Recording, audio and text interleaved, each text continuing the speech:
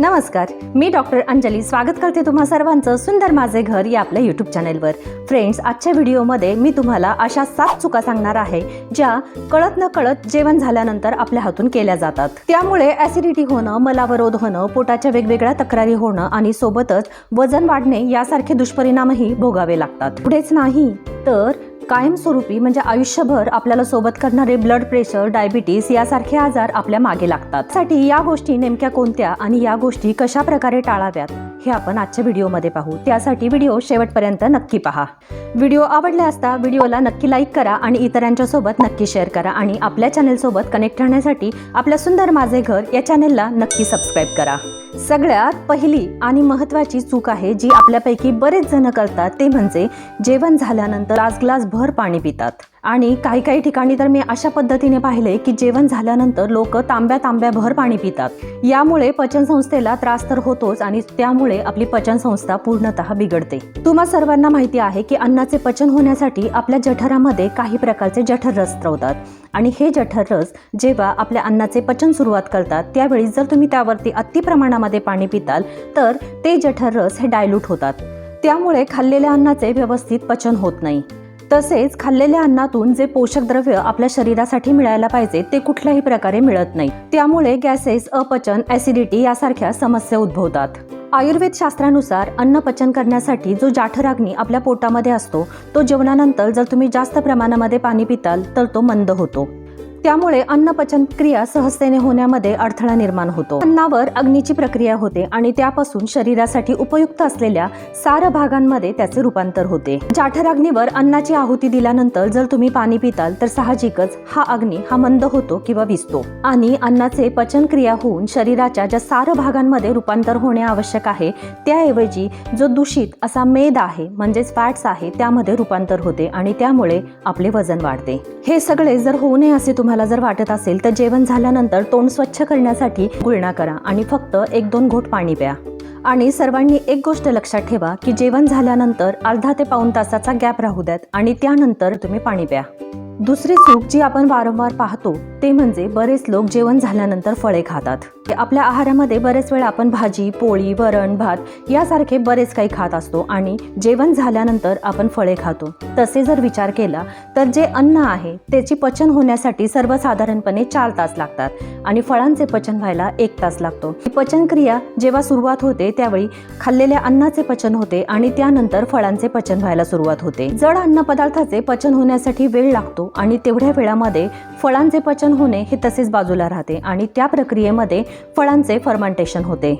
ती दीर्घकाळ शरीरामध्ये तशीच साठून राहतात. त्यामुळे फळांमधील पोषक अंश आपल्या शरीरामध्ये व्यवस्थितरित्या ॲब्सॉर्ब होत नाहीत. त्यामुळे पोटामध्ये गॅसेस निर्माण होणे यासारख्या तक्रारी उद्भवतात. या सगळ्या गोष्टींच्यामुळे आरोग्याच्या पचनासंबंधीच्या तक्रारींच्या सोबतच काही प्रकारचे स्किन डिसीजही होतात.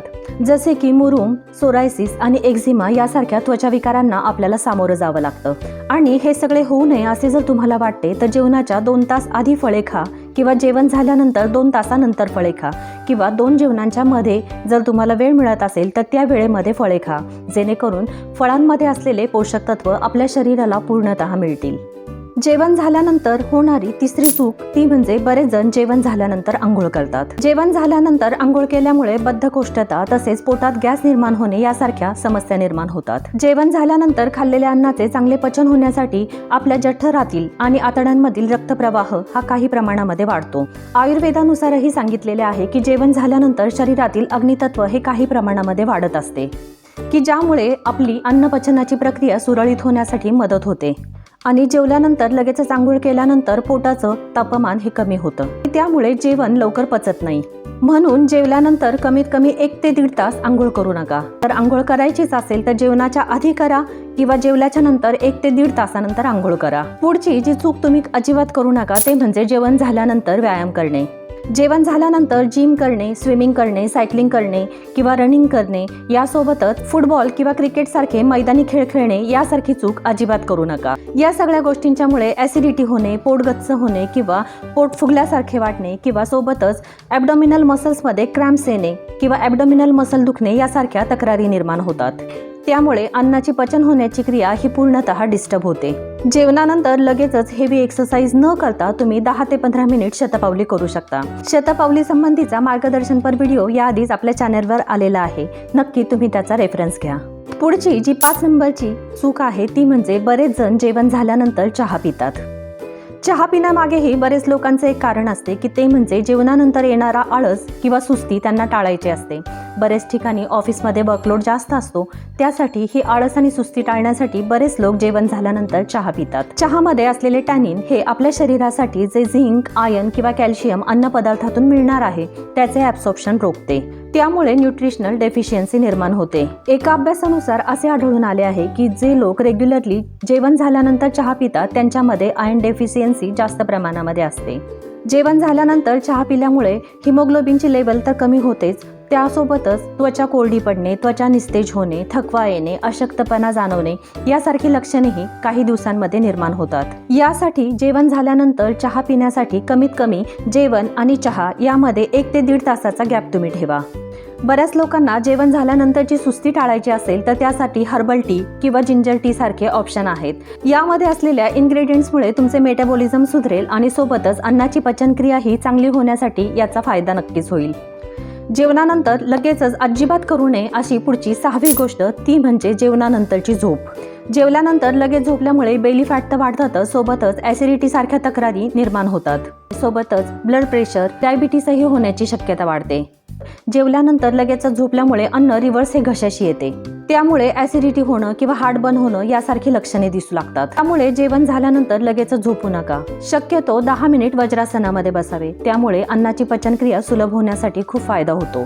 संध्याकाळचे जेवणही शक्यतो संध्याकाळी 7 वाजेपर्यंत करावे आणि रात्रीचे जेवण आणि झोप यामध्ये कमीत कमी 2 तासाचे अंतर नक्की असू द्या. आणि आता शेवटची जी 7वी चूक आहे ती अजिबात करू नये, ते म्हणजे जेवण झाल्यानंतर अतिश्रमाची कामं जसे की जड ओझे उचलणे यासारखे काम तुम्ही अजिबात करू नका. जड ओझे उचलल्यामुळे पोटातील मसल्सवरती ताण येतो आणि त्यामुळे पोटाचे मसल्स दुखू लागतात.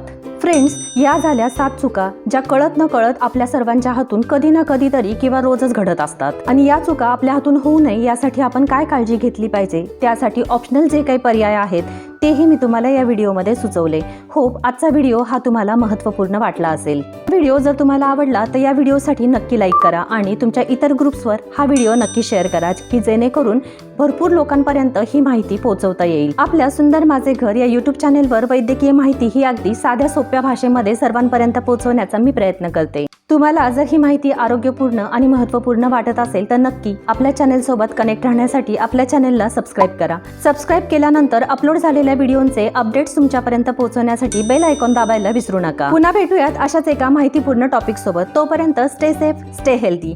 थँक्यू.